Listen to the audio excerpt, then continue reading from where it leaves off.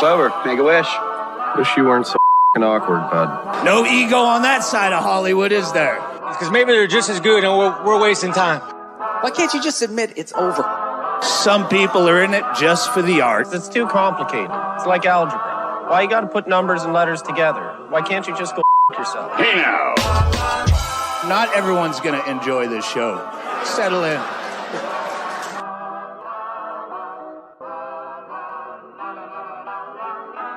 Strange music with Juggalo J. What's up? This be the one them called Tech 9, and I'm kicking it with my homeboy Juggalo J. Yo, this big Chris Calico with Juggalo J. What's up? This your boy Bloody Cutty Cal, baby Kutt Calhoun. Kick it with Juggalo J all day. Yeah. Yo, this is Mikey Clark. You're listening to the Juggalo Show. This is Prozac. You're on the Juggalo Show. Yeah, this is Scatterman and your boy Snug Brim, and you're listening to the Juggalo Show. This your boy Juggalo J, reminding you to tune in Thursday nights from 9 to midnight. The Juggalo Show, 91.1 FM, KWSB, baby. You know I'm sizzling. We do it real big. Tech 9. That is crazy as shit to rehear. What's up? So without further ado, I was gonna say, with the voice on that little thing you just heard that is joining us tonight is the one and only Bloody Cutty Kutt Calhoun. Welcome to Socially Awkward. Or that says we just heard it. Welcome to That's last time you joined us. That's fucking hilarious. Hey, yo, what's up? This is Bloody Cutty Cal, man. You kicking it with Juggalo J. What's happening? Yeah, you're doing great, man. Thank you for doing that for us, like forever Mr. ago. Black Gold, welcome to the show, man. Man, thanks for having me. I appreciate it, fellas. What's popping with y'all, man? Man, it's great to have you. Doing our show, we like to, reach out to people that we been following, admire, like to just keep an eye on. And of course, that right there is 15 years old, man. We've been following you forever. It's crazy. Yeah, that was back in 06. That time went like that, didn't it? Oh, fuck, man. It's insane how fast it went. Excuse my language. I see a little man in the corner. No. Ain't nobody in the corner, man. That's... Oh, man, get up. You're supposed to be in bed. It's bedtime. I feel like I'm cursing at a child. I'm sorry.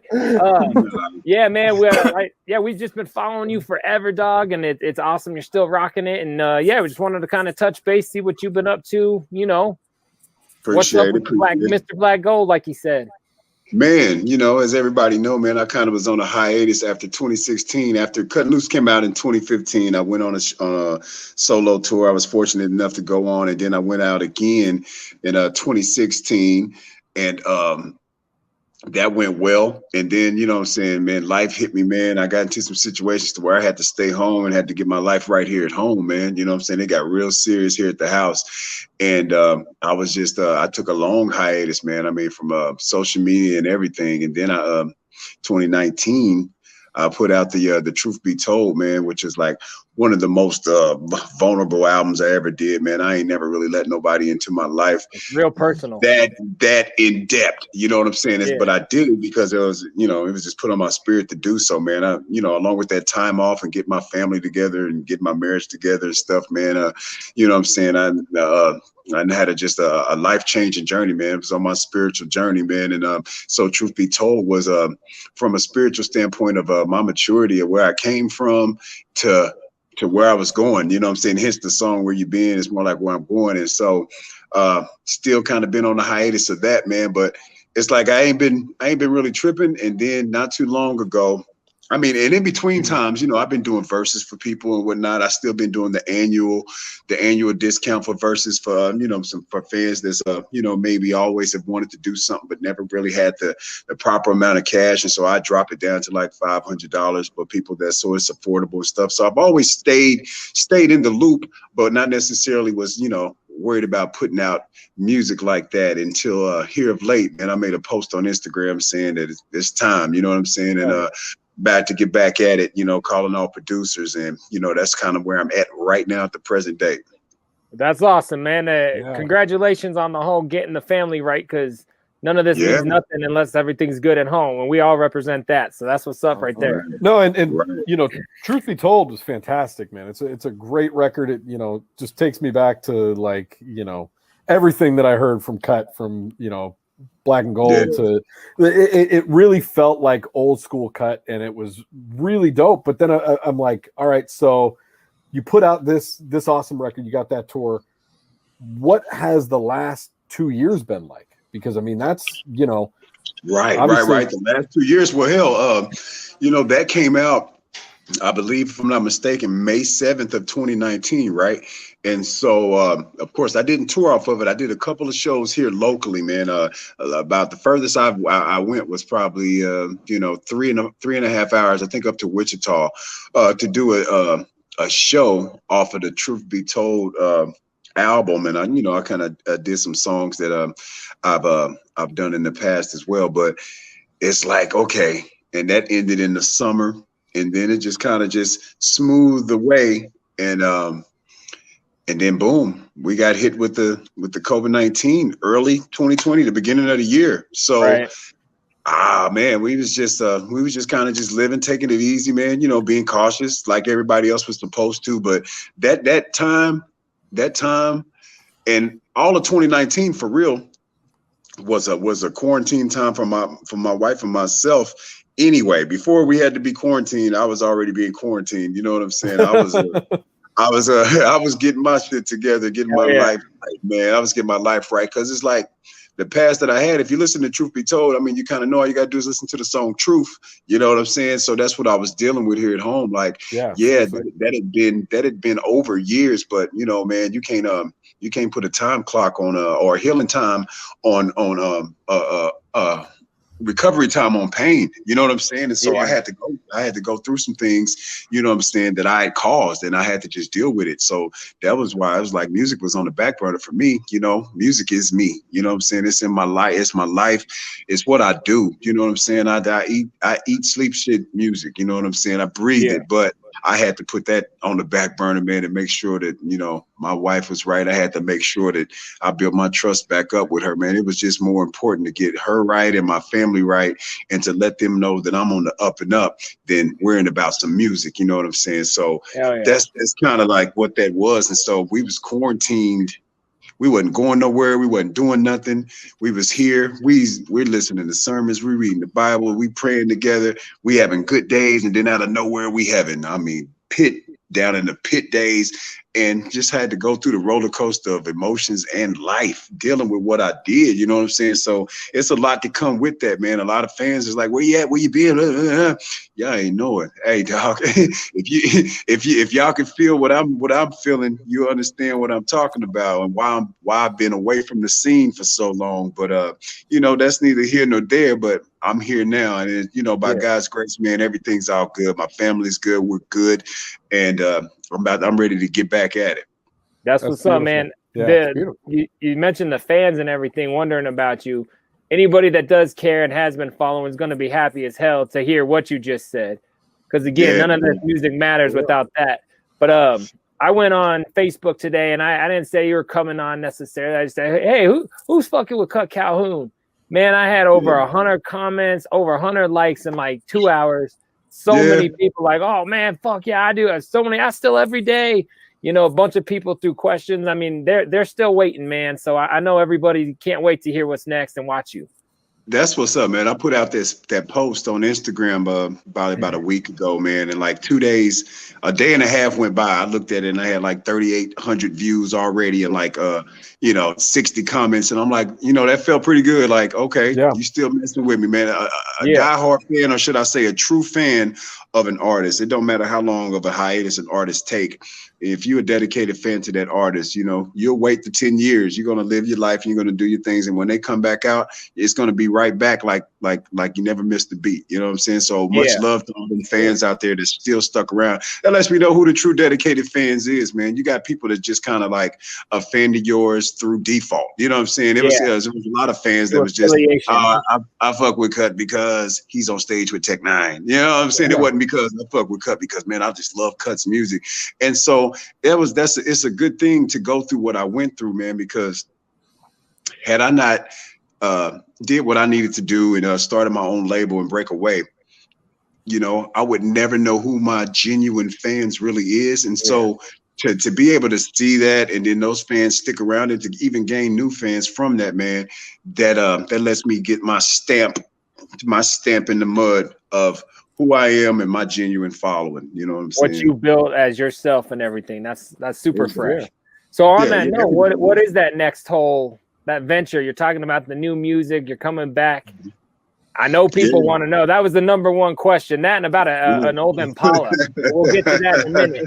But yeah, everyone, what's that new record? You know, what's the new sound?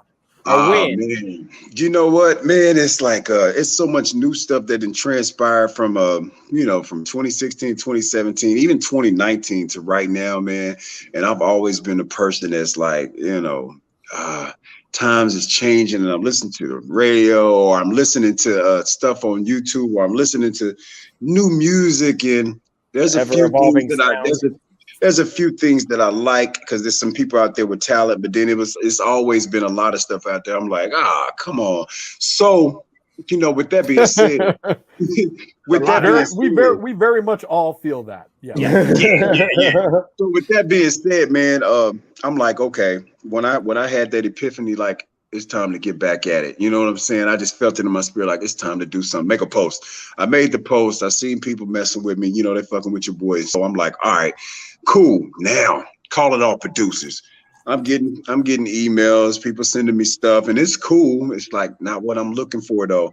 And I really don't know what I'm looking for. I just know I wasn't looking for that. You know what I'm saying? Right. It wasn't what I was feeling. Yeah. And so I ran into somebody, man, and I just tell you this. All I can say is that I got the beats. I got the beats yesterday, and going through them, listening to them, and I picked every beat, and I got every beat, and I came up with every title. Me and my wife listening. That's never happened before. I picked the beats the same day, got the beats the same day, came up with the song titles, and wrote a hook, all within 2.5 hours. And so for every song on your new record. For every song, that's fucking crazy. Props on that. Sounds like you got some pent up energy to make some music, man. That's awesome. Man, I'm telling you, I don't know what it is. It's something pent up in there that it's time to be unleashed. You know what I'm saying? I got my vulnerable and my personal stuff out of the way. Now it's like, get back to Kutt. You know what I'm saying? Get back to that Kutt, but a new and improved version. You know what I'm saying? It's still, I'm talking about back to Kutt. You know what I'm saying? Everybody talk about that Blevy Kutt or that, you know, that raw and uncut Kutt. And I was like, to myself, I've never lost that. I've always felt like if you don't evolve, what are you doing it for? You know what I'm saying? You got you hear them sayings like, you want my old shit, buy my old album. You know what I'm saying? Because people you have to grow. You have to grow. But I know what they mean. They want that same energy, because you know, every album got to be better than the last one, man. And I felt like I've grown over the years through each album better than the last one. And you gonna have your diehard fans that's like, people still talking about I love Buck Rock, bitch. And I'm like, man, you know, like, damn, really? Out of all this music, but you know, to each his own, man. And so, I think that's that's what I meant when I said to you that, you know, the truth be told reminded me a lot of the old Kutt. It was just because it had that energy. Like every track just sounded like you had that same energy that you had 10 years ago.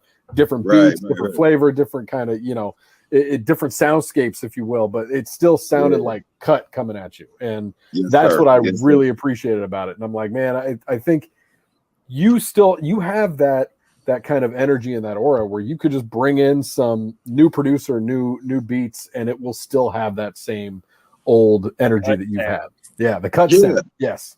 For some reason, guys, I don't know, man. I couldn't tell you. I don't do it on purpose. I just feel like every time I put out something, regardless if I'm evolving or growing or not, I feel like it's my first album that I'm working on. And when that goes away, then maybe you need to step away from music, but that's how it should be. At least that's how it is for me. Every time I approach an album or project, man, I write it and I give it the energy as if it's my first time. Like that's how that hunger stays there. You know, you can listen to some people, you know, over the years, and then you start going, well, shit, man, they don't sound like they used to, or they ain't putting the same caliber of music out, and you know, they kind of falling, they slipping.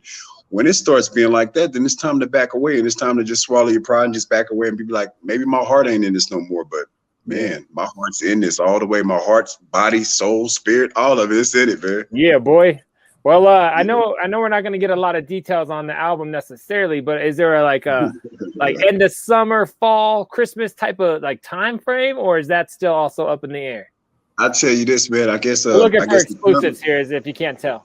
Right. The timing is going to be all. The timing of it is going to be all up to me. I guess I'm in control. So, like I told you, I've picked beats over time, and as I'm waiting on more beats to come in, I might finish a song or two, and then some more beats come in. But at this particular time, man, like I said, I got all the beats yesterday, bought them all, and came up with titles for them all, wrote a hook. I know who I want featured on songs. I'm only going to have like 3 features on the whole thing. Ooh. But here's my thing. What I did realize with this day and age is that albums, this is what I might have to do for the dedicated fans, for them day one fans. I might have to press up some hard copies because they love the hard copies. They want it signed and this and that. But what I have noticed in this new age, man, is that people putting out singles versus the whole album, because it's like the whole album gets overlooked because the attention span of this generation is just like, they get it and they listen and then they on to the next thing, and you got some quality music right there that's being looked over, man. And so what I'm going to do is I will be putting out singles, but it'll be from the album. You know what I'm saying? And for those ones that like to get press it, man, it's gonna be locked and loaded. Locked and loaded. In these days, you need to just skip the CD, put it on vinyl and cassette. That's all you need to do. Right. That's all anybody. You don't need a CD anymore. You do the digital copy, a vinyl and a cassette, and then that's all you need to do. You're right, man. Then you got your collectors, and then you got your the people that just want to listen to the music. Yeah, definitely, man. So it's going to be a new marketing approach for me. You know what I'm saying? I will say I got kind of spoiled with being over there with Strange, you know what I'm saying? Just having stuff get put out in the way that it gets done. I got kind of spoiled with that, but I don't mind changing with the times, but still remaining me. You know what I'm saying? Well, I'm still gonna be me, but I'll maneuver the way that I'm supposed to maneuver. This marketing thing, that's what's important. The marketing part of it, you know what I'm saying? How it gets out to someone, and the masses that it can reach, depending on how it gets marketed. The music is gonna speak for itself, but you could have the dopest album in the world, but if nobody knows about it, what you gonna do? The same conversation we have every week on this show. I'll tell you too, the whole marketing approach that was of the past kind of is gone in a way, because we don't have the record stores. Like, those are fucking unicorns in every city. We all have one, but they're not 20 anymore, just changed up so much. So with and the digital, for the new release rack is now one end cap instead of they're all vinyl, like you just said, which is super dope. I love it, but it's crazy the evolution of it. Now it's all about having that that Friday release, getting a release radar on Spotify, and that's all it is anymore. There's no physical media anymore. It's wild. Right. I know we're slightly approaching like our time with you, but I had to ask. Multiple people in that thread of questions asked me about this custom Impala. It seemed to be, I thought I knew about you, a 96 custom Impala that they made it seem, the look on your face tells me you don't know what I'm talking about. Like, these people made it seem like it was some real big deal, and I'm like, I'll have to ask him. The Impala, it was modified. I sold my car, man. It was my baby, and I never really even got to enjoy it or whatever. I had a black with red race stripe down the middle. It was a 96 Caprice Classic, but whoever I bought it from, it used to be a police car. It was modified into the Impala, the 96 Impala. It was modified into the Impala with the engine and everything. And I had it painted all black with the red race stripes down the hood and down the roof in the back. And I had the inside custom done, black leather, red suede dashboard, red suede and black leather interior with Kutt Calhoun on the headrest or whatever of the both front seats and whatnot. And I love that ended at up first your selling face looked like you didn't know what I was talking about. Then you're like, oh, my name was embroidered on the headdress. It's got my nut hair in the floorboards. That's my poker face. That's my poker face. I was like, man, these people ask this question like it was a big deal. I'm like, I don't think you have a clue what I'm talking about. Yeah, no, man, that's was fresh. problem, Okay, man. that makes more sense. Yeah, I put pictures out there on Facebook and all that stuff, man, and on eBay as well. On eBay as well, yeah. And a fan. It was a fan that stayed a little bit past Topeka, and he came down here, man. He bought it, paid for it in cash. Yeah, it was really good. I will let everybody know then, because I thought that was hilarious. And then for a minute I was gonna be like, man, were y'all trolling me with that question? He's like, I only had a bike. What are you talking about, motherfucker? Yeah, that was the bloody cutting mobile, man. I'm telling you, bloody cutting mobile. That's what's up. Oh man, your poker face is amazing, homie. Yeah, I've had a lot of time to practice it, man. That's funny, man. That's funny. Just to piggyback on something you said a couple of times, because I do know you mentioned when you're talking about this album, calling all producers a couple of times. Are there any of those exclusives, any of those that you might be able to give us right now of like a beat from a producer that you're for sure thinking is going to be on the album and is ready to go? Oh, man. I could let you guys know, but I'm not. All right. I could let you know, but I'm not. Only reason is because it's so soon. It just happened yesterday, man. But I will tell you this. Here we go. I get a couple of songs done. I get a couple of songs done in the studio, and you got my email. We can do another one of these just to give you guys an update, and I'll play a little something. But I can't do it so soon. We'll make it happen. All I can say. Well, before I say this. Any one of you guys, what's something that you really wanted to ask me and you like, fuck, I ain't gonna ask Kutt that, man. He ain't gonna want to talk about it. Now's the time. Go ahead and get it off your chest. Whoever got that the million. Story in the verse on Groupie. Was this made up? In the verse on Groupie. Is it made up? Yeah, because we had Chris on the show years ago, and he goes, that's probably real. I don't fucking know. I don't remember that song. I was like, damn, that's like my favorite collab of the three of you forever. I'll tell you this, man. I've always been a guy that wrote a lot of, what I was going through. That kind of gave me the lyrics to write it. But that particular one, let's just say it's 30-70. 30% of it's real, and then 70% of it is my creative mind. I'll take that. So there's remnants of real life. We'll take that. Yeah, 30-70, because you got that that ghetto love. Remember that song? Won't you do that ghetto love? Yeah. Hold up. Okay, that was all from my brain. None of that stuff happened. Sex Out South. None of that stuff happened. You know what I'm saying? I figured that one was kind of fabricated, but yeah. We make music too. We say some crazy shit. Like, we say some real shit. So. What it is, man, a mixture of past experiences that you kind of just you using some things that you've been through, but you're adding to it with creativity. That's all. You know what I'm saying? It's like an audible spank bank. I like that. We'll take that. There you go. Yeah, that'll work. That's going to be the quote for this week. Any other questions, man? Because I got like 2 minutes left. Any other questions Trox, that you really want to ask?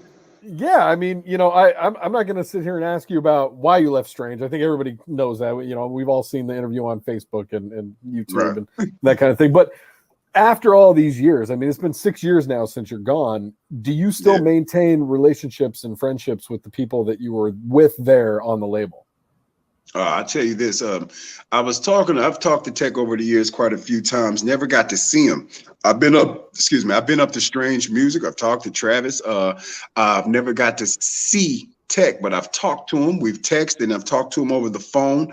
And, I talked to him recently, when he was about to get a new place and he was kind of close to where I was staying and this and that, but I haven't spoke with him as of late. I've talked with Calico quite a few times, haven't seen him, but had the communication over the phone, you know what I'm saying? And recently here, I've talked to my dude, Stevie Stone, you know what I'm saying? Congratulated him on his new journey and whatnot. And, I've talked with Stone and that's probably about it. Tech, Calico, and Stone are the ones that I've talked to, and Stone is the most recent one. Wow, props to him too. He's out doing his thing independent again, and that's super fresh too. So hell yeah. Yes, sir. Yes, sir. Yes, sir. Hey, No, well, yeah, I know we play real quick. I know that we played a stinger that you recorded for us 15 years ago. I got another one that you did for us about 10 years ago. So and then we will let you go. And then we'll let you get off the show. But I want to play this one for you right quick. So okay.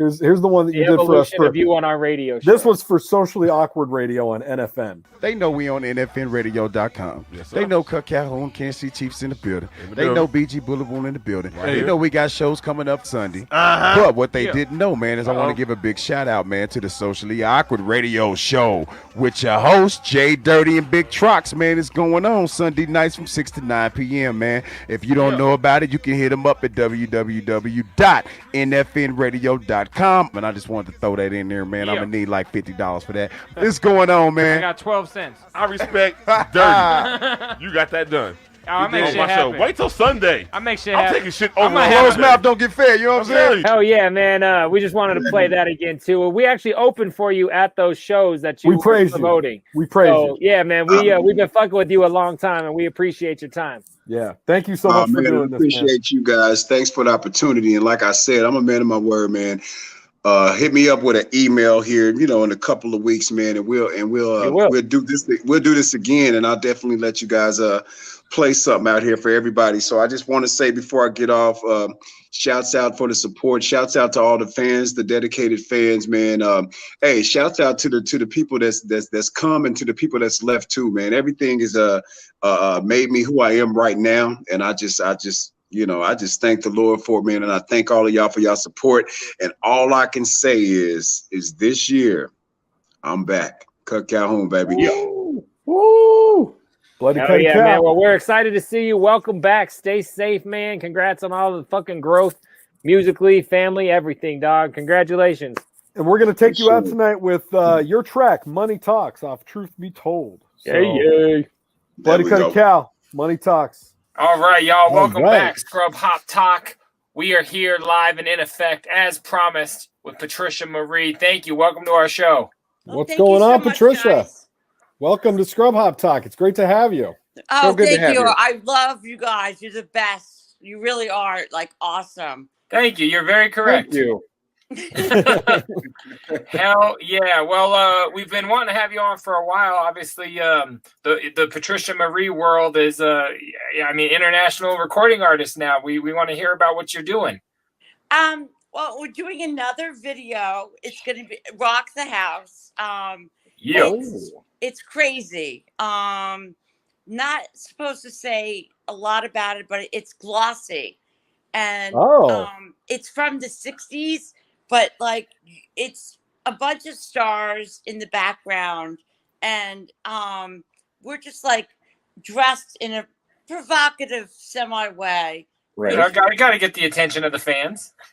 No, it's going to grab every aspect of every fan, and just dancing around low cut and stuff like that, and it's just a bunch of people that people are going to be shocked that are going to be in it. So that's what's going to make it crazy. I know you can't give it all away. I say, do we get any samples of who we might see? Oh, no, I can't. I'm sorry. It's okay. I have to ask. Okay. That's great. So how's, I know that you've got your new show, Tan Talk, that you do with Adam Barta. How's that been going? It's been awesome. It turned into what started out to be just talking about tanning cream that turned into celebrities coming and onto the show. Now, it was just a beach ocean thing in Florida.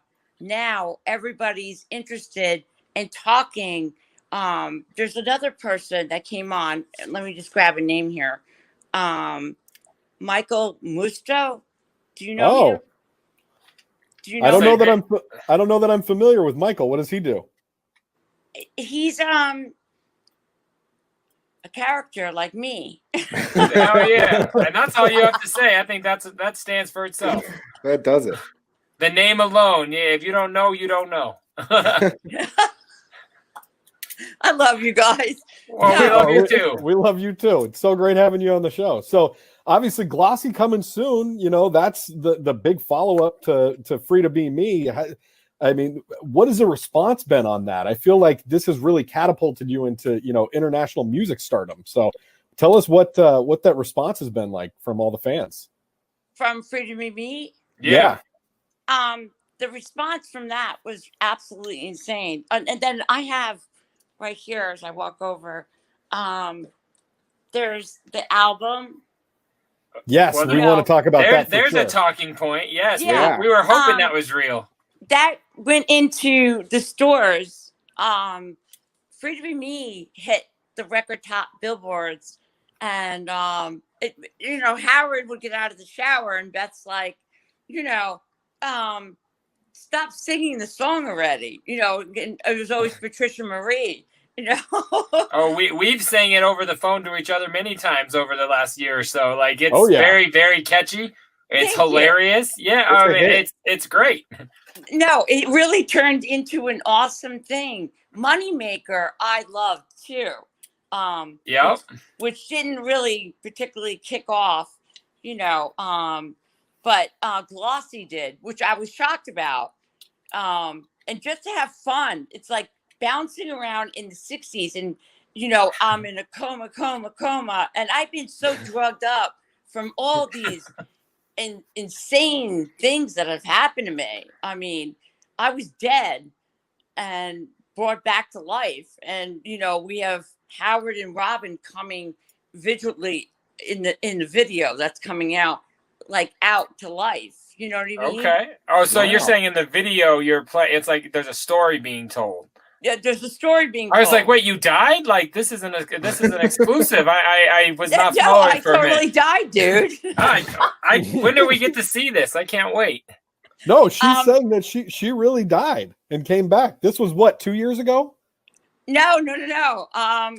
Jiminy Cricket. Yeah, Jiminy Cricket. I love that. I just love hearing you say shit I hear you say all the time. That's awesome. It was, when did I die? Shit. I hate fresh words. You're all good here. You're fine. Yeah, plenty of fresh words. Like 8 months ago. Wow. Maybe I don't know that story. This should be an exclusive. I have exclusive pictures of what I look like. I'll tell you right now, my hair was black and there was tubes. When I saw a picture of me, I fainted. Okay, no. I did not know how, I mean, to die is extreme. And no doubt. It was all greasy, black tubes.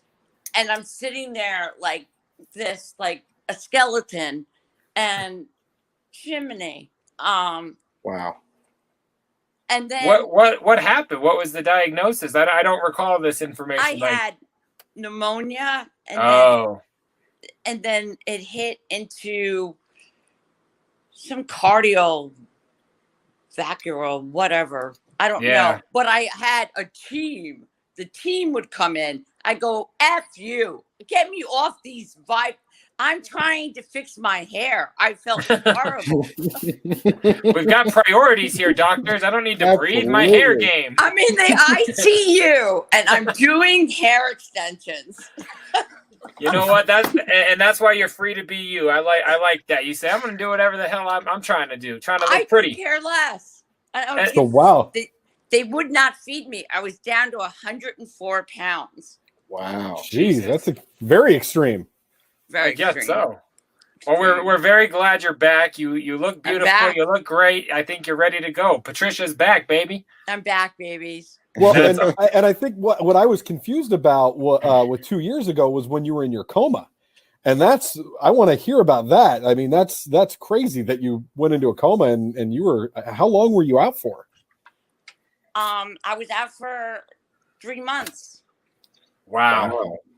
3 That's months. insane. Wake up 3 months later, almost in your brain. That's in and out. But the scariest, when Howard called, I'm in the ICU. I was delusional at that time, still. But prior, when I was in the coma, It's so scary. I saw like these weird people around my head, like trying to take Like me kind of away. like right now, if you look around your head, it's kind of you're surrounded by a bunch There of you weird go. people. There you go. Hell yeah! We couldn't Wow. be happier that you're better though. That's scary stuff right there. But Absolutely. I'm alive and I'm here, guys. So You are. Yeah. You got new music, new videos. There's nothing stopping you. no. So Gonna That's rock speaking it, of don't the, stop it. Gonna rock it, don't stop. Hell yeah! That's right. We got to get Patricia on a new Big Dirty Cotton track, guys. that'd Absolutely. be great. I think telling you guys you. are really good looking too. Oh well, I Oh, that well, was part thank of our you. promo. Except for the guy above you. We're sorry about him. We usually black him out with you, but we let him do it this time. He's a big fan. Football's that's on. right. What are you doing? I know. Well, we What are wanted you to talk to doing? you. Football's on. It's Right. way Right. more important to be able to talk to you. That's why we stopped everything that we were doing, just so we could talk to Patricia Marie. These fantasy football guys over here. Oh, That's I love football. Oh my That's god. awesome. So Yeah, who's your team now? Now that you're in Florida, are you riding with any of the Florida teams? Or are you still No. New Jersey? No, that's my girl. What? I So who do you still like? am. I used to date a Jet. He was a jerk. What a jerk. I was just yeah. Fucking jerky Jets. Yeah, the total jerking Jets. And then let's see. Who do I like? Who do you like? I like the 49ers, the Steelers. There you go. See, I don't watch football, but these guys are all about it. That's right. They love very- dudes yeah. in spandex pants. Steelers Oh. are on fire right now. They won big time today. That was really a big Who deal. won? I didn't hear. The Steelers. Oh, the Steelers won? Yeah. Yeah. Hey! See that? Hey! Sunday's getting Oh. better, baby. Yeah. Come over Well, and hell have yeah. some beers. I'm right there. I'm drinking with you over the interwebs. Oh, Absolutely. Cheers. Hell yeah. So obviously we know you mainly. We're the Stern fans, so that's how we found you. That's our inspiration to be doing our show and everything we've done. Your experience with them seems like it's just been phenomenal. I mean, I know my they God, the make best fun of fun you I've a ever lot, had. and we feel bad, but then I'm always like, well, she's calling back. She's obviously down with the whole, your sense of humor is there, and you get it. So, kind of tell us about being involved with the Stern Show like that. Oh my God, it's absolutely ridiculous. I bet. And no, it's just the funniest thing. And before COVID, and I lived in New York, I lived in that studio. And I was up there with Sal and just, not just Sal. I mean, Oh, we know what's going on. Wait. All right. There may have been like a guy named Howard there or something, but Sal. I just met, like, we were doing Christmas songs. Oh my gosh, That's together. And then Ronnie would be the bodyguard. I'm like, yeah, okay, whatever. And Howard, of course, made me so nervous. Not nervous in a bad way, nervous, funny. Sure. Like I'd go up and he'd just be so, Patricia, so sing. I'm like, no. I'm not ready for this right now. No, I'm not ready for it now. Being up there is just awesome. And then I had my tan mom room and drinking and just having fun. I don't know, just it was a ton of fun. And That's awesome. it always is, even though they're all segregated. And I can't believe McShuley with the puppet left me. I'm Right? gonna kill him. He took it with to him though, so you'll Alabama. live. Right? That's crazy news. Is he with his wife? Yeah. I know he's with the Tan Mom puppet. That's all I can be be of. That's I all don't know. I care about is the Tan Mom puppet. Like, That's the I highlight can't for me. speak on Mrs. Agar, but that's awesome. So how do you feel now? I mean, about being immortalized as a puppet. I mean, they've got the Tan Mom puppet is on the show almost every day now. How does that feel? Oh, I think it's funny as hell. Nice. I appreciate Howard contributing me to the clan. Me too. Although I'm not a part of the Whack Pack. I heard that once. No, I'm not a part of the Whack Pack.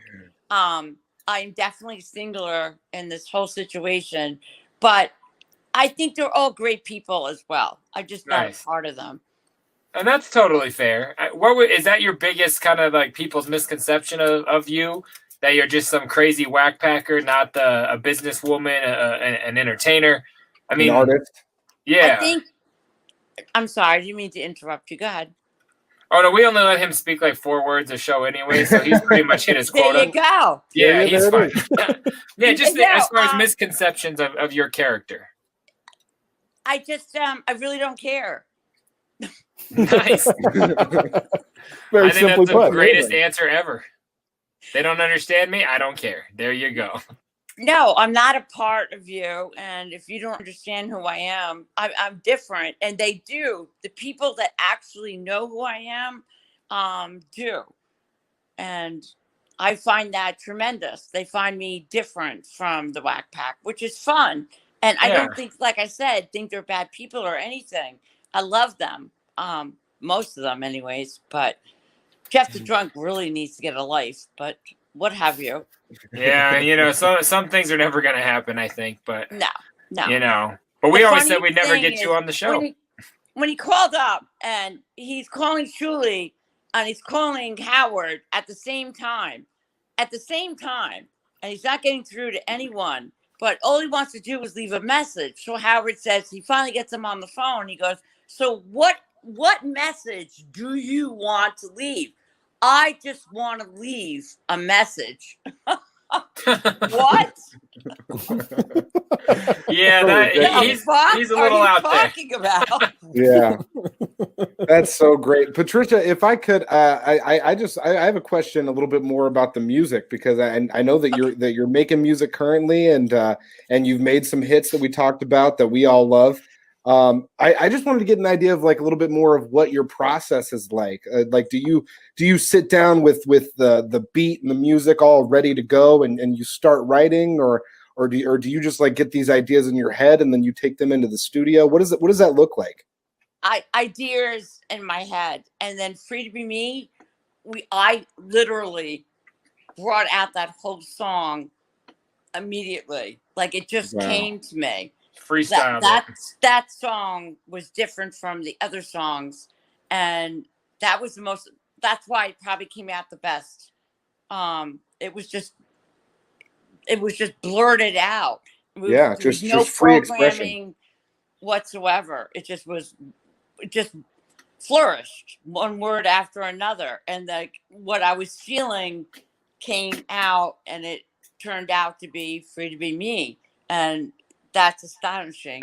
Which I have another song that I didn't tell anyone about yet. Exclusive. We have an exclusive. I'm doing a solo. All right. Okay. Kind of a romantic solo of life. We like that. Wow. Okay. So no Adam Barta, just all Patricia on this whole track. It's all going to be me and Adam as always. Oh, nice. Okay, nice. Gotcha. I can't wait. What'll that one be called? I don't know the name yet. That's fair. We can't wait to hear about it. It's going to be great, guys. It's romantic in a sense of what we're going through in this world. And it will set you back a couple of tears. Well, I can't wait. We'll definitely play it right here on Scrub Hop Talk for you. Okay, sure. Thank you. Yeah, that's awesome. So, thank you. Yeah, so we know obviously everybody's stuck at home. You're in Florida, which is, one of the hot spots right now in the entire country. What are you doing to pass time right now during the pandemic? What's going on in your world? I paint a lot. I'm an artist. Okay. You got any art you can share with us? Yeah, sure. Oh, I love it. You got to see these. Yeah. Which way do I go? Right there. There you Oh, go. Oh, wow. That's awesome. That's amazing. It's really good. Isn't it beautiful? Can you see the 3 kids? And they're crying. Yeah. Oh, wow. You got to like look into it. Yeah, I didn't do any drugs today. Hold on. No, seriously, can you understand that? Yeah. Looks great. I say I don't, but I'm the slow one of the group, so I still use colored pencils to do my Christmas cards. He does all of his awesome. art in coloring books. No, it's like the sadness that goes through, and then there's the brightness, the drippings are the crying and the tears, what have you. It's like Mozart, or you just go with the flow of. Hell yeah, that's our motto. Well, now I understand. Thanks, Troxy Cotton. I need a beautiful woman to explain things to me when I'm staring at your fat face. Jeez. See, now it makes more sense, you son of a bee. That's awesome. Well, Patricia, I mean, with everything going on in your world, like Big Trox was saying, we're stuck at home. You got the new music. What's the next thing we're gonna see? Like a video for that new thing? We got the vinyl, and we want more and more and more of your content. So we're kind of curious what's next for you. Just 2 weeks probably we'll have this done. The new nice.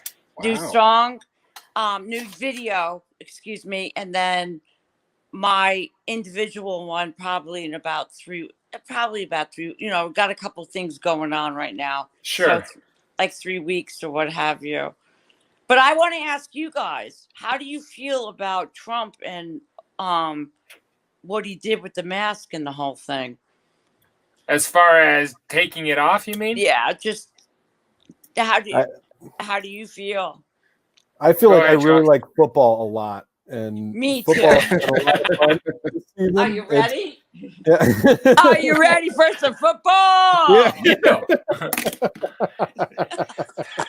Yeah, we usually we always leave our politic views out because everyone ends up getting all pissed off and angry, and then my mom hasn't called for 3 years. It's just weird. You know what? I totally agree. I don't care if Trump put it on or put it off. I like football and tight pants, so there you go. That's right. Hey, That's right. You like football, you like tight pants, you and guys you like like Patricia. girls with breasts and everything. So this Usually. is what I look forward to. Hey, you know what? We all need our visual eye candy on TV. There's nothing wrong with that. Well, there you go. That's right. We just appreciate you being ours this week on the show. That's fucking awesome. We got you on here.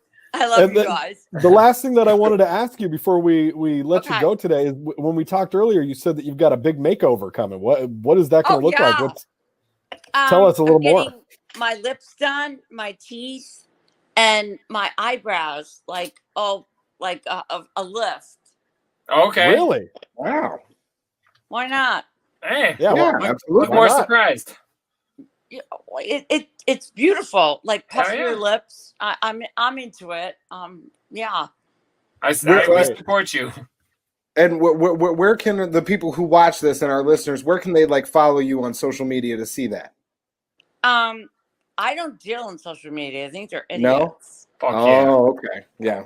Well, good for you. They can watch this episode of Scrub Hop Talk, and that's how they'll know. That's right. Cotton. But also, I mean, I'm always like on Twitter or Howard Stern, so Hell yeah. Find you on there.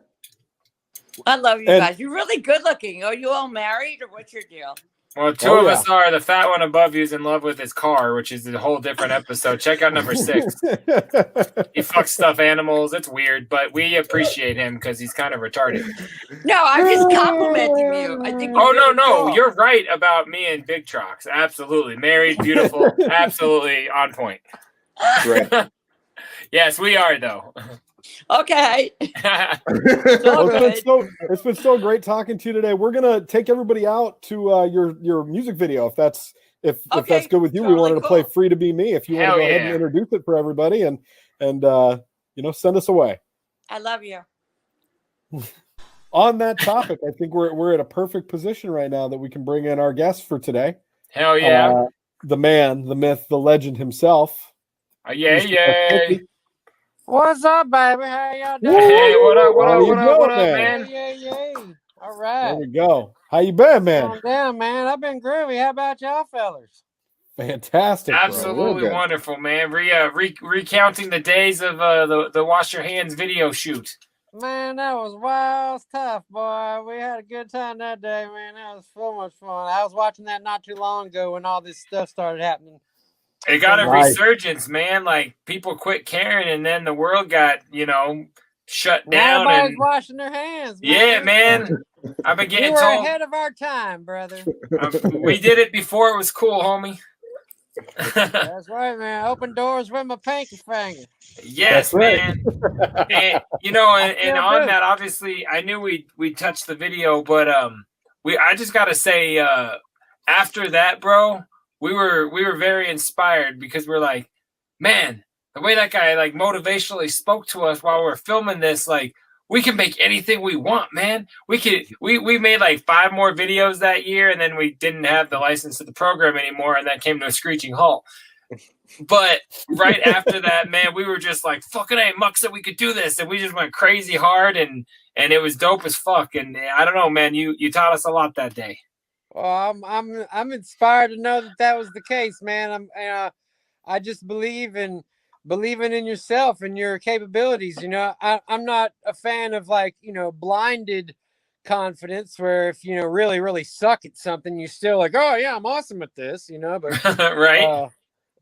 If you can do something, there's nothing wrong with being confident, saying, hey, I can make videos or whatever it is, what I mean? So that's what I just try to do is use my capabilities to inspire other people to be their best at their own capabilities. So I'm glad to know, man, you guys definitely I've kept up with, we keep in touch, of course, but I see the stuff you put out, you know what I mean? And so it's always entertaining no matter what you guys do. So I was thrilled when you asked me to be part of this, man. I'm so excited, man. This is a cool deal y'all got going on. Yeah, man. Cheers. It's been a blast.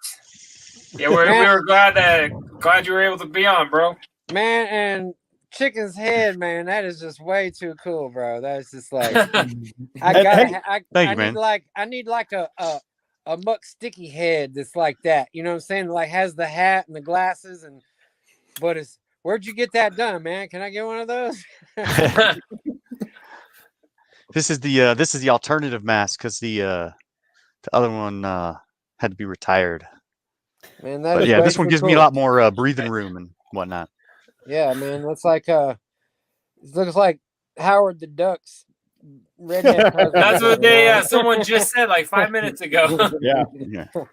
That's but fucking hey, awesome. Muck, you got to know it's my man's birthday over here. It's Chicken's for real? birthday today. Yeah, so Happy we're still. birthday, man. Hell yeah. Hey, thank you, man. This episode's a big deal for us. We have the legendary Muck Sticky. We've got the Chicken's birthday. This is just it's a wondrous occasion. Troxy Yeah, Cotton my finally birthday was shaved. last Thursday, so that's cool. We're the same birthday week, man. Hell yeah. Oh, Well, yeah. happy belated as well, my friend. Thank you, man. Man. It was a fun one. We had a good time. So, but I'm glad we're all here hanging out together. So, what you drinking on over there, man? Water. What? Go around the ring. You're good, Trox. You're on top. This is a vodka and soda water right here. Cheers. Okay. Cotton. Cheers. Tequila soda water. Okay. I've got a weird obsession with Lubriderm, so Drinking Lubriderm. it's not bad. It's not bad. Kind of it moistens my palate. Yeah, probably helps with that coronavirus too. Oh, I'm telling you what, man. Wash it down with the Bud Light. It's working out. Yeah, actually, Lubriderm is just our new sponsor, so Jay's trying to make sure that he gets in that plug. I've been hands-on with the company for many a decade, so I'm trying to get a little money back. Man, Chicken, are you drinking milk over there? I'm crushing waters. Oh, crushing waters. Okay, I thought Hell you might yeah. be drinking milk just for the weird point of a chicken drinking cow milk. the juxtaposition in the I should in eat the a upper chicken middle. sandwich on the show one day, though. What you That got would there, be cool, Muck? or some nuggets, one of the two. That would be very cool. Have like a chicken taste test of all the sandwiches, only Maybe a featuring scrambled you. egg. Ooh, An omelet. I like the way this is heading. Yeah. So yeah, man. During coronavirus, how you been living?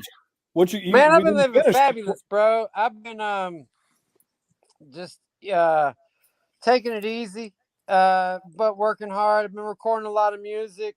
Hell yeah. Made a couple of videos here and there. I've been exploring some other hobbies that I've been into, that I haven't really just explored before because I was working so hard. And I'm like, I got time to explore things now because kind of, I've always been my own boss, but now I just have a little more time because the world had come to a sort of a halt. No doubt. What are some of those hobbies? What have you always been wanting to do when you're finally getting that opportunity? Well, I've always done a lot of artistic drawing, Yeah. So I began doing that, but back before I became Muck Sticky, I was an apprentice at a tattoo shop, and so I got back into tattooing, man. I started tattooing my arms up, man. I did all these banding and stuff. I don't know if you can see all that. Yeah, for sure. And I did my Audrey too from Little Shop of Horrors. I got her. Dope. Fresh. And you did all those on yourself? Yeah, I did. That's Drufus the Dragon. It's a storybook character from when I was a kid. And then that's so dope. My most recent one, I'm right-handed, but I did a left-handed Pokemon Charizard. Holy shit. Fresh. Did that. So that's so dope, man. Those kinds of hobbies, and this banding came from a drawing that I did for a fan back in the day. And so I just started doing all that banding. It looks like Beetlejuice with the Muck Sticky colors. Yeah, a lot of people say that. It's kind of semi-inspired by Beetlejuice. And then, Muck Sticky hat, stuff like that. So anyway, I've been doing stuff like that. That's what's up, man. Yeah, If we ever get back together, I need to get a Muck Sticky tattoo, man. Like, get tattooed by the man. I'll do it, man. We need to book another show out there, man. Hell yes, we do. Yeah, we'll come out. What's crazy, man, is we had a show booked at the Oriental, the same venue that we played with you, for 3 weeks after the coronavirus started. Oh, really? Wow. That's crazy. Yeah, it was going to be with Mac Lethal, actually. It was going to be a release party. Yeah. Oh, man, you didn't try to book me for that? I'm kind of pissed off about that. Oh, you should be. Friendship over. This is done. Feeling hurt, bro. Man, that guy that used to own the Oriental was not too happy. He's like, thought you guys were going to bring a bunch of people. I was like, yeah, ditto, motherfucker. Don't yell at me. Local promotions, everything, they got to put something into it too, man. Right? But that was still one of the most fun ever, dude. They tried to stiff me, man. My check didn't cash the next day, man. So. Oh, really? Yeah. That sucks, man. That still, though, goes down as one of our most hilarious, memorable shows, just because we never smoke on stage. We drink a lot, but we keep everything else just out of the set before and after, but never during. And that show was just so strangely cloudy that it was like, hey, you know what? We're here with Muck Sticky. We had to climb a ladder and almost die to party with him before the show. Let's just go for it. Let's have some fun because we're still alive. Yeah, it was still a great show, man. Hell yeah. I think, wasn't there like some other festival or something going on at Red Rocks or something that weekend? I almost want to say it was like the Taste of Colorado was the same weekend, like this. Something like that. Something big, yeah. Yeah, something real huge. It's like right down the road or something. So. But bro, we got to rock Wash Your Hands live on stage with you, and that shit was just crazy fresh for us. That was a lot of fun. Yeah, that was fun. Making the video while we were there too. We got a couple things done, so it was an overall successful trip. Crazy productive. Like I said, man, I'm big on the local venues, being responsible for getting the word out. You know what I'm saying? The fans are out there. The numbers don't lie. You know what I'm saying? So yeah. I think if we book another show there, man, we need to do something really, really cool, man, and make a big fun event out of it. Agreed. Not a show, an event. I like that. Yeah, man. I'm playing my first show back in a while. Coming up next weekend in Chattanooga, Tennessee. Okay. Where's your brain at with that? Are you nervous getting out there again? Man, I'm never nervous about anything, bro. I live life pretty much like I'm already beyond it. So I just go along having a good time as the days go by. So I'm excited. I am looking forward to being able to sing again live. I can do all these videos and stuff, but it's not the same as it is Right. people out there singing back or, feeding that good energy, back and forth. So I'm looking forward to that aspect of it. I definitely want everybody to be super safe, in that regard. But I think we should all be clean people anyhow. Amen, man. We should be able to congregate in large groups and Wash your fucking hands. Keep your hands washed, be clean, be safe, and not everybody be healthy, and everybody go home not sick and not get anything later on. So, right. I'm kind of glad that our society will hopefully shift towards being a little more hygienically maintained, and I think it's a better future. I think It's a possibility, man. If we can just wise up, we'll get there. Yeah, man. So it's a good thing to be clean. I got goddamn man. 2 things I need to know. So first of all, we didn't get your answer about what's in your cup. Oh man, I'm like Lil Wayne, man. What's in my cup? Bro, it's in my cup. You got to be worried about what's in my cup. What's up? I got a dash of a couple of different things off in there. There's a little Dr. Pepper. That's the foundation. That's the one we're going to talk about. We'll leave it at that. I'll give you a little bit. Maybe a little tussin. Don't worry about it. Mind your business. Well, the next thing I need to know is today marks how many days in a row you wearing pajama pants? Oh man. Let me see if Siri can answer me. Hey Siri. Hey Siri. Oh no, let me try Google. Hey Google. Hey Google. Hey Alexa. Hey Google. Hey Jennifer. Sally. Oh, Sally said it ain't plugged in. Neither one of them plugged in. I can't do it while I'm on the phone, but I think it's like just over 6,700 days. Give me a minute and I'll give you a better answer as soon as. Bro, that is ridiculous. Day 6,700 was like last week. 60. Wow. We were saying it's easily in like the thousands, but I was thinking 1 or 2. That's awesome. Yeah, I'm going on. This summer, I celebrated my 18th anniversary of pajamas every day. So. That's so fresh. Personal and professional attire.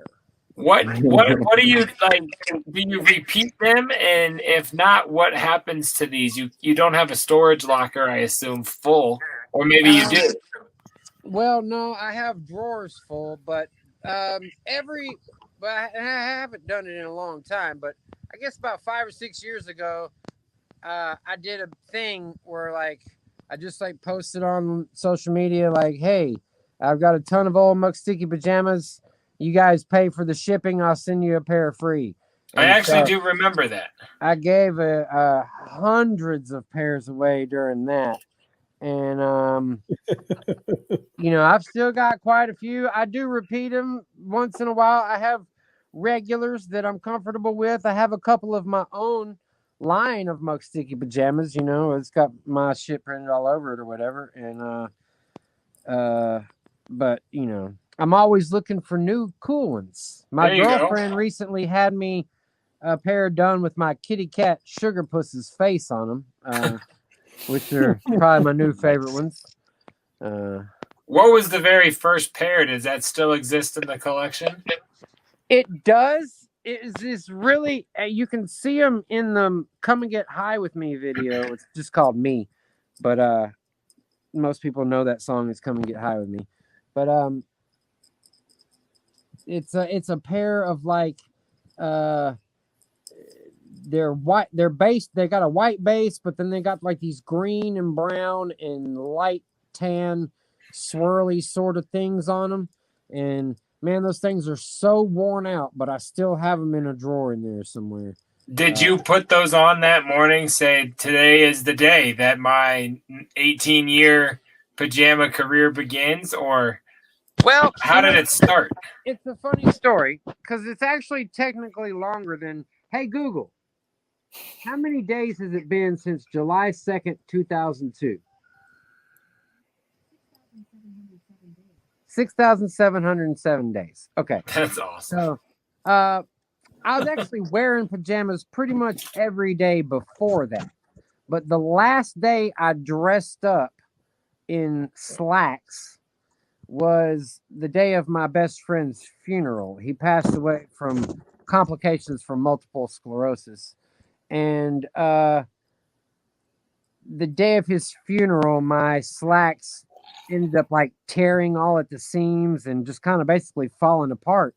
And I kind of took it as him sending me a message from beyond saying, hey man, don't change who you are for me or the people at this funeral or anyone else in life out there.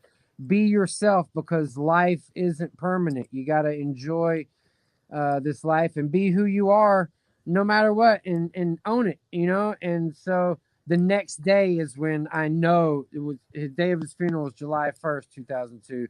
And so the next day was when I started wearing pajamas every single day. But I know that pair was like the first pair that I really started wearing often when I was like becoming Muck Sticky. And because when he passed away, I'd already been Muck Sticky for like a year and a half. Gotcha. And I was already wearing pajamas every day, but I just know that was the last day that I dressed up for somebody else. The official streak began that day. Yeah. So that's so dope, man. That's I've always wondered that. I figured you had an answer with great detail, so that's super dope. My condolences to your homie for sure, but way to keep that memory alive, man. You're like this is me forever from here on out. Yeah, man. You know, you gotta dedicate yourself to something. I believe in life, if you find, you know, everybody has a purpose and a calling, you know, and it's not just everybody's purpose isn't being something that's super famous or rich or, you know, music or whatever. People always think, a purpose and a calling is associated with being a great basketball player or something like that. And it's not the case, man. Your purpose could be serving your own community or your family or something, whatever the case may be. If you know, so I believe we all have a purpose and a calling. But I believe once you find that, you should dedicate yourself to it fully. You know, and, I don't know. I've just that's what I did. I figured I had a way of. I found out that once I started making music and recording it and giving it to people, that they would come back to me and say, "Hey, I really like that. It made me feel good, or it made me laugh, or you know, me and my homie shared something to it, or my girlfriend and I listened to that one song and it brought us close." There's all kinds of stories, you know. Oh yeah. One of the coolest stories that I got along the way, which, you know, shout out to all the veterans today being Veterans Day. I had a soldier come to one of my shows and come up to me at the meet and greet booth and hand me medals off of his uniform. And he told me that he was a gunner in Afghanistan back in like the early 2000s, I guess. And he had to lead all these important people through Ambush Alley. And he said, the only reason I'm sane right now and I'm able to came back home and I'm able to live a functional life is because I had your music playing in my headphones, man. And so I want to give you these medals because I feel I earned them because you were there inspiring me inside my head while all what a dope ass compliment, man. He said he had to kill like, you know, 40 something people. And while I don't believe in killing anybody, you know, if that's what you have to do, you're willing to risk your life and in order to provide us with a place for sure where we can live, you know, free enough to wear pajamas every day if we want to, you know, then that means a great deal to me. And so I take it with great honor and respect that what I'm able to do gives people that feeling. And so I believe, you know, whatever it is that you do, you should dedicate yourself to. And so that's super dope, man. That's a cool story. Can imagine that felt awesome to hear. Your music's always been, yes, sarcastic, goofy, and funny, but it's always been positive as hell. And that's why I used to play you on my radio show back in college radio, you know, in the early 2002, 2003 zone. And yeah, dude, it's always made people laugh, and it's made us happy. So I can imagine in one of those shitty situations how that would get you through it, you know? Yeah. You know, I've been at the worst places you can think of in life, aside from stuff like that. I've never served in the military, and I have great respect for those who do. But, you know, I've been at, you know, the lowest places when it comes to mental state and, you know, pain and depression, you know, and so when I got through what I went through, losing my best friend, you know, I decided, you know, I made a choice that I was going to dedicate my life to helping people when they were at lower places, to hopefully bring them out of that. You know, if you just put on a Muck Sticky album or a song or music videos or whatever, you might, at the end of it, might feel just a little bit better about life. You might feel a lot better about life. But For if you 3 just minutes, feel you can be happy as a hell. little bit better, and, you know, you're able to kind of shift your trajectory in a way. You know, I was asking myself in meditation earlier about this question. I wanted to consult with some people, you know, that I look up to about this, but, you know, my ponderance was, you know, everything we do seems to have an effect on someone else if we suggest to someone that they should do something, or if we volunteer to do something for someone, or we suggest that they go to this place instead of that place, or, you know, no matter what you do, you somehow seem to influence the world around you in everything you do, you know. And so is that yeah, that's something not to be taken lightly when you go about whatever it is you're doing in your daily life. You know, whether it's opening the door for a stranger at, you know, the dollar store, or you know, having a conversation with someone about things that are important to them or to you, or, you know, making a song and, you Right. know, encouraging people to do different things. And so, you know, while what you said a minute ago, a lot of my music has been sarcastic and funny and absurd in a lot of ways. You know, most people know me for that goofy stuff that seems to have some sort of virality For sure. aspect, you know. That's how we found you. Because that seems to be what, you know, a lot of people turn towards in, you know, times of sadness or frustration or depression, which is totally understandable. And but, you know, like that's what I've always tried to maintain, is also encouraging people to be the best versions of themselves they can be, and keep that sense of awareness and Oh, yeah. you know, the fact that you influence the world around you with what you say and do, and how you know, you're, you know, just how you are in life. So I said something. Sorry, I said something to somebody recently. What we think about and say and do is who we are. You know, For sure. Put out So, that positive.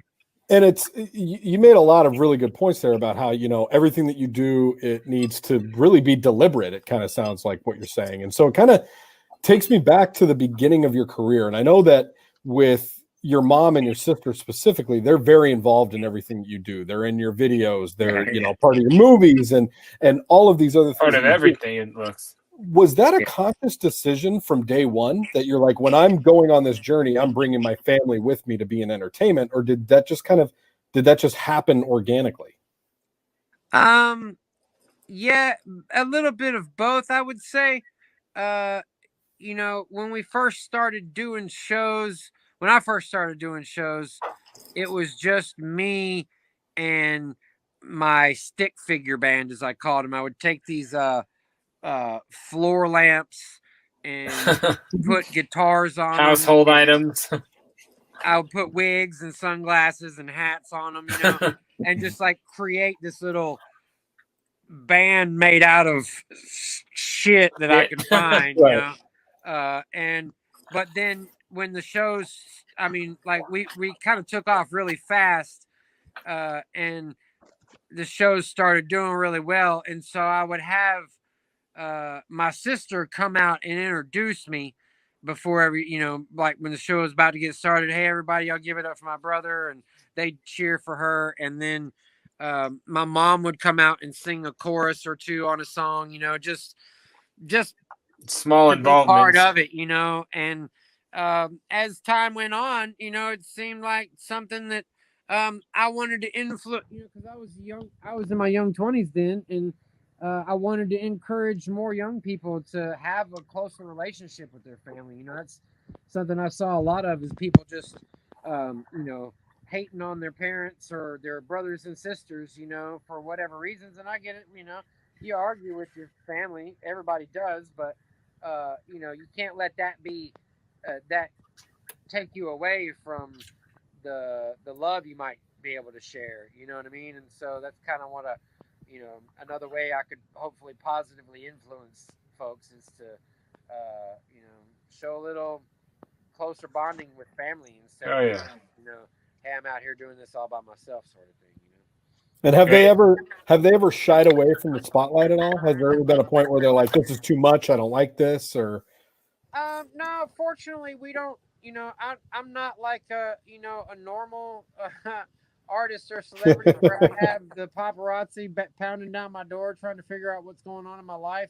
I kind of like, you know, have like my, you know, Hannah Montana, best of both worlds kind of shit, you know. Hell yeah. I get to do what I want to do, and my private life is my private life, and whatever we choose to be public is public, you know what I mean? So you still let us in a lot, you know. We your sister and your mom, Cookie and Mama Sticky, as I know them, are are staples in your fan base for sure, and I just think that's super fresh, man.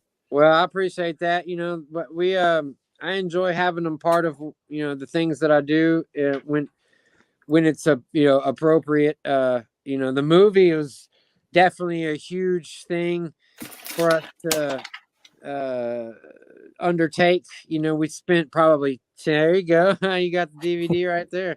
There you go, a little promo. Have you watched it with the director's commentary on? No, I've never, ever appreciated director's commentary. Trox can tell you I'm a hater on that. So I might know because you're the homie, but I guarantee I didn't. Yeah, I hate that shit. You know, I most of the time I don't like it, but there have been a few things that I like. There are a couple movies that I really, really love, and so being a filmmaker, it was cool. Like Sling Blade is one of my favorite movies of all time. Shouldn't have done that. He's just a boy. Yeah. Your impression's great. We've seen that. Thank you.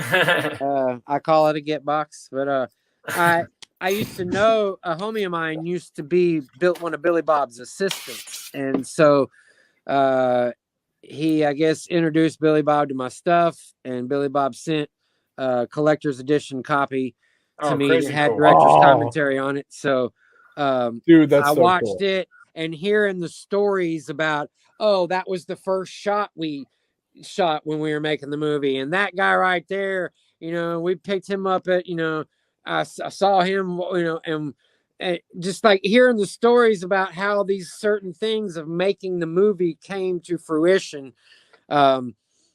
I watched that when I was making Zebo. I rewatched it again. It was years ago when I got the thing and originally watched it, but I watched it when I was making Zebo, and I was like, you know what? It might be a cool thing because it's such a Memphis-made movie, and there's so many unique elements that came together to make it happen. I mean, this is like, you know, looking back on it, I am baffled, absolutely baffled that we got it done and got it to the place that it's at, because there were so many obstacles along the way, and you know, kind of kickstarted the whole thing from the jump, right?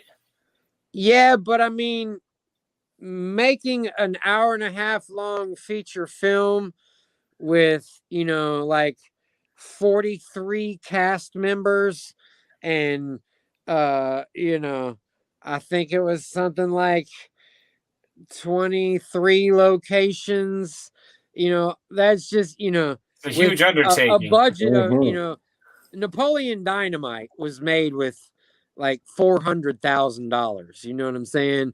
Most independent features on that scale are done with at least $100,000, and we had like a tenth of that, and so to get like insane legendary people like Jerry the King Lawler and Willie Hall from the Blues Brothers and Keith Sykes and Fraser Boy, Wayne Sweeney from Saliva, all these huge people to be part of the movie was just, it was, like I said, just looking back on it, it was one of those in the groove type things, man. And very blessed to have had so many people come together and be part of it. It wouldn't have gotten made had, 75 to 100 people not done what they did to make it happen. You know what I mean? So I can't take credit all myself. It's definitely a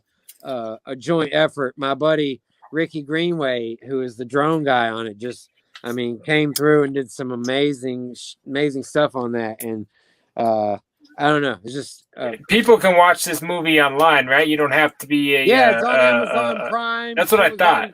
It was on Comcast, Dish Network, DirecTV, a couple other places. It was on Amazon Prime and iTunes. I'm not sure exactly. I think it's still on Amazon. I know it's still on Amazon Prime, but I'm not sure which ones we phased it out on already. Well, go check that out. Dig that Zebo Newton, man. It's dope. Free on Amazon Prime. Totally free on Amazon Prime.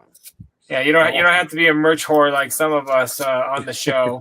Have to collect everything like a fucking teenager, but whatever. And I'm a big fan of CDs and DVDs and things like that. You can get a DVD if you want to go to ZeboNewton.com. If you order the regular one, I'll probably send you a collector's edition. We still have some of those left, but you should definitely go watch the director's commentary, man. It's funny how you're talking. Transition you into being a fan of it. Where you're talking, and it's funny because if it was a podcast without the movie showing, I love that type of shit. I love hearing all those stories. Because it's on screen, I'm like, shut the fuck up. I can't do this. I hate this. But I'll try it again for this. I will.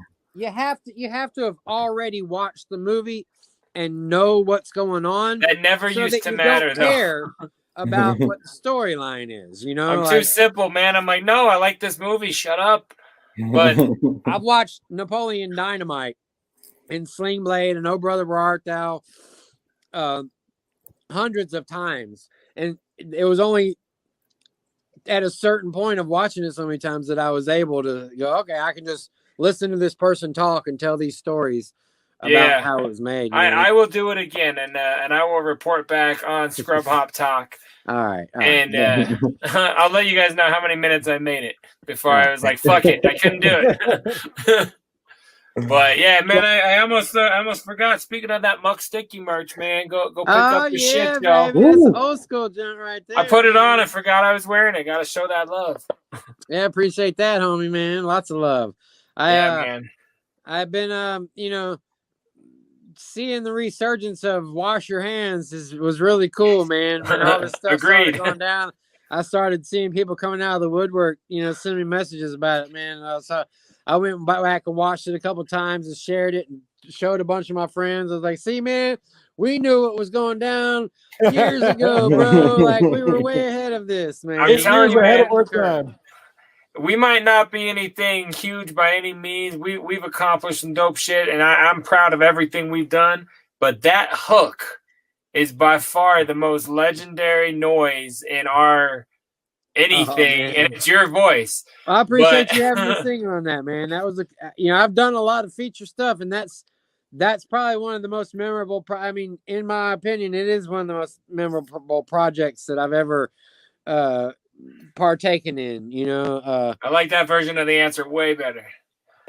No, it and back when we did it, I didn't know who Mac Lethal was, to be quite honest. I Hell wasn't yeah. like really hip to it, you know. I mean, I knew he was already pretty big at that point, but since then, I've seen blew like up. a lot of the He's I way haven't better now. because they took right.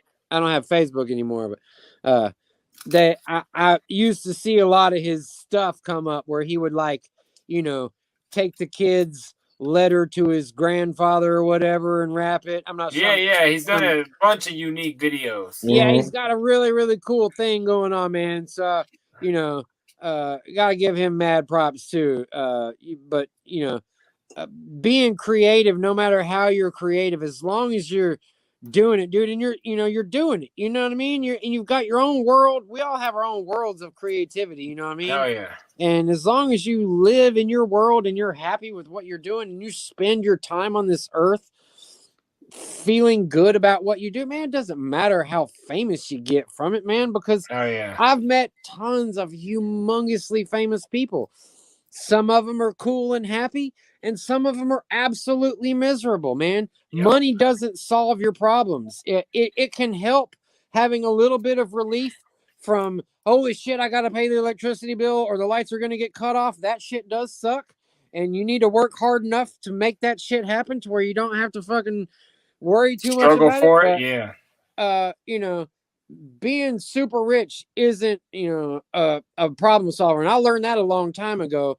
And that's why I don't like, you know, live for, you know, the money and fame aspect of it. I live for the enjoying hanging out with my friends, making music, and that's what's up, man. Seeing people respond to it in a positive way, or hearing stories like the soldier, you know, or the kid that says, hey man, I was smoking, you know, I was wanting to blow my head off the other night, and I smoked a blunt and put on your video, and then 3 hours later I'm still laughing, and then like my perspective totally shifted, and I'm turning my life around. Or, you know, there's all kinds of things like that you hear that you just happen to affect somebody's life in a positive way, man.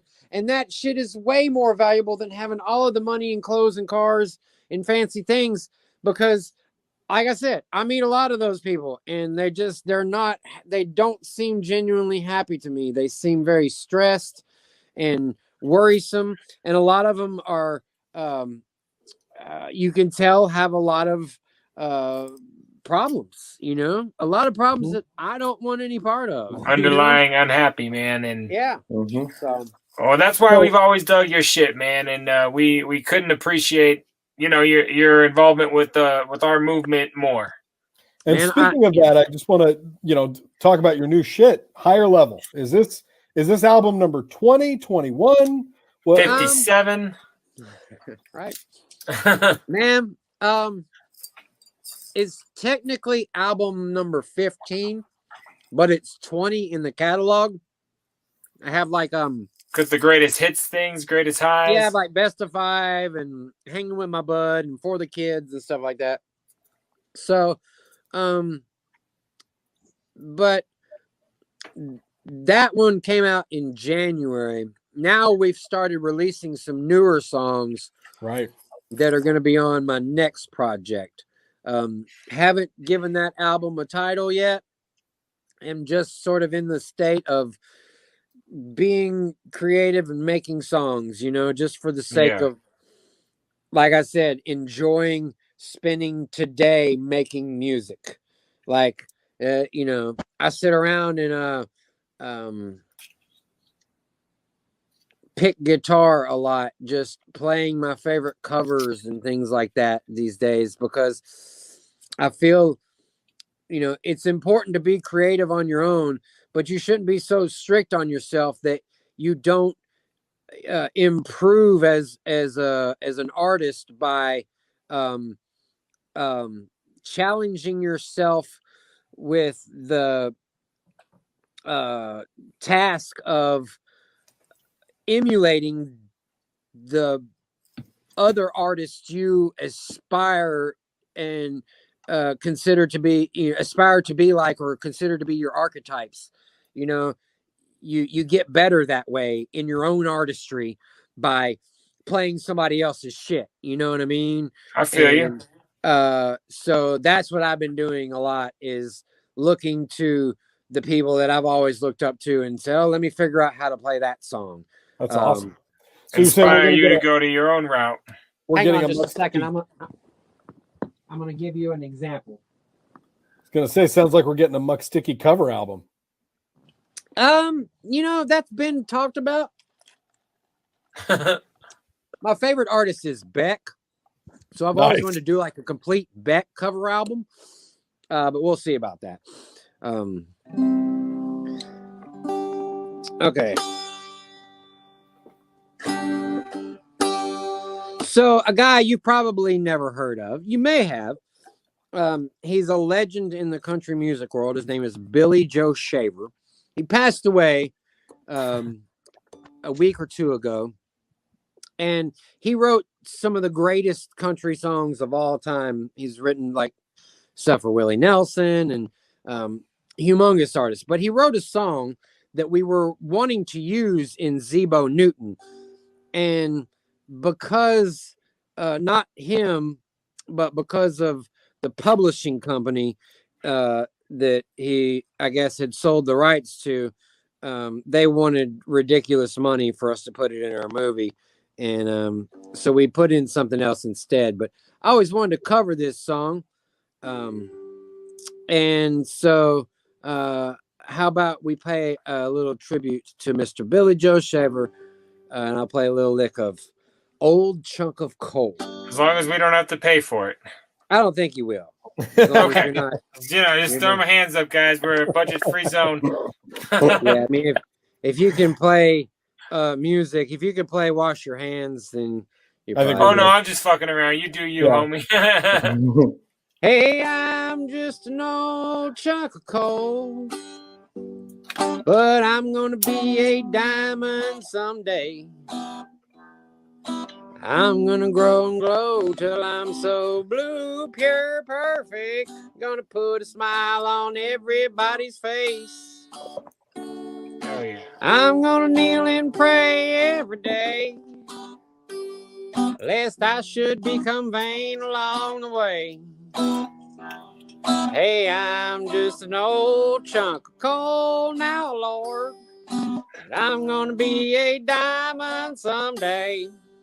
So, that's what's up, man. Songs like that, you know, that you just hear and you want a round of applause. No, that's dope, man. I like that. You know, you cover somebody, you're keeping your creativity going, you're keeping your mind working, you're working your skill. I like that. I like to freestyle a lot for the same reason. Yeah, man, exactly. You know, I've never been a huge freestyle artist. I can do it, but for me, my artistry seems to happen the best when I'm isolated in a small room with no windows and lots of padded walls. I know it sounds like I need to be in a mental institution, but hey, I write when I shit too. It's kind of like that. It's kind of like a sanitarium. I find my sanity in a place where the vibrations, the sound vibrations, don't escape the room like they would a normal, you know, sheetrock walled room. And so it really makes a lot of sense if you look into it deeply. But I find just, you know, getting in my own little space and world, that's where my best creativity comes. A lot of people do better in that, and like I have give mad props and major respect to you for being able to freestyle like you do. I mean, like agreed. If you and I got in a freestyle battle, I would definitely lose. I know. Right now, I probably won't even try. So hey, next time you get out to Colorado, we rock a show. We'll fuck around. We'll make another video. We'll battle. We'll rap on stage together. I just want us to both keep going, man. And I know you're gonna, and so are we. And man, it's been dope as hell having you on, bro. Yeah, man, I appreciate it, man. Let's do some weird shit together, man. It'll be fun. Man, you mean more? I like your style, man. Let's make track number 3 happen. Yes, sir. I'm totally down, bro. Anytime. Hell yeah. We will put it together soon, and I think BDC too, baby. There you go. That's right. With Toxic Hey, you know track what? number 3. You know what would be really cool, man, is if we kind of keep it on the same mode of wash your hands and like, you know, make it about being clean and perhaps make it you know, I don't know what's the term I'm looking for, but something that families could listen to. You know what I'm saying? Are you implying that the first one was not extremely family friendly? I don't know what. Just because of my verse alone, I will automatically say that I know that I disqualified that song. You're saying you don't play songs where you say you gotta wash your Wookiee to little girls? Like that's not family friendly. That shit ain't cool, man. No. Little kids, man, we gotta keep it a little toned down for the little kids. I have had some teachers that I've edited it for. Yeah, man, because I agree. Let's make it happen, bro. I'm so fucking down or freaking down. 1000%, bro. Hell yeah! Well, Muck Sticky, we're gonna thank you. We're gonna go out to that Wash Your Hands track or the video, show everybody that inspirational event that we were discussing. And bro, thank you so very much. Thank you, man. My pleasure. Love you. God bless you guys. Thanks for being here, bro. Again real soon. Let's make it happen, baby. Yeah, boy. We're doing it. Later, brother. Peace and love. Yeah. All right, ladies and gentlemen, JDirty, Muck Sticky, Mac Lethal. Wash your fucking hands.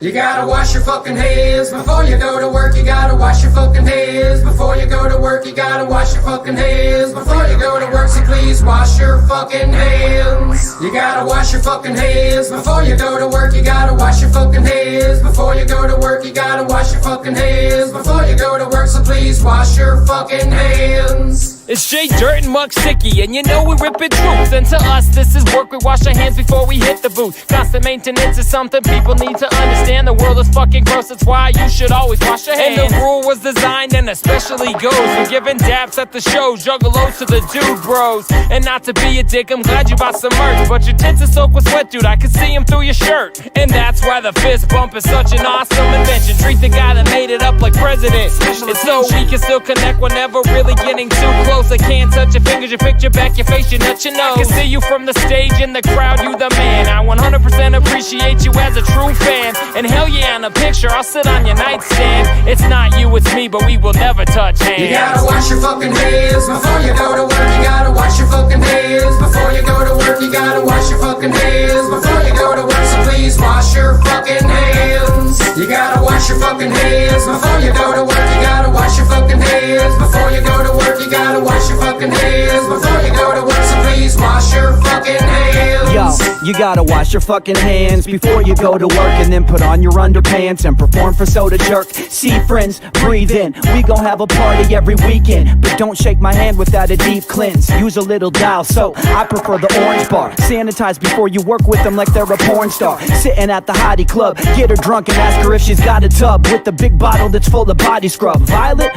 such a vibrant thing. Mac Lethal piss a giant stream, call it the Irish Spring, where I was baptized. Damn, I rap spiritual, and every single syllable is antibacterial.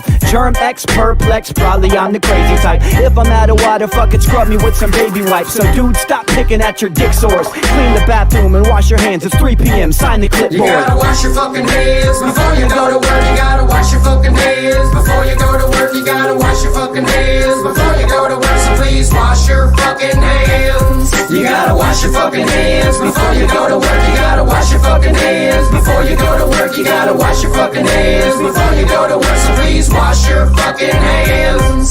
So you wanna learn it step by step, but sure you do it properly. Then listen up or study the inside manual properly. You're gonna need soap, water, and a roll of paper towels. I'm here to teach you all. The class begins right now. First you get your hands wet with some hot H2O. Of course liquid soap is the only way to go.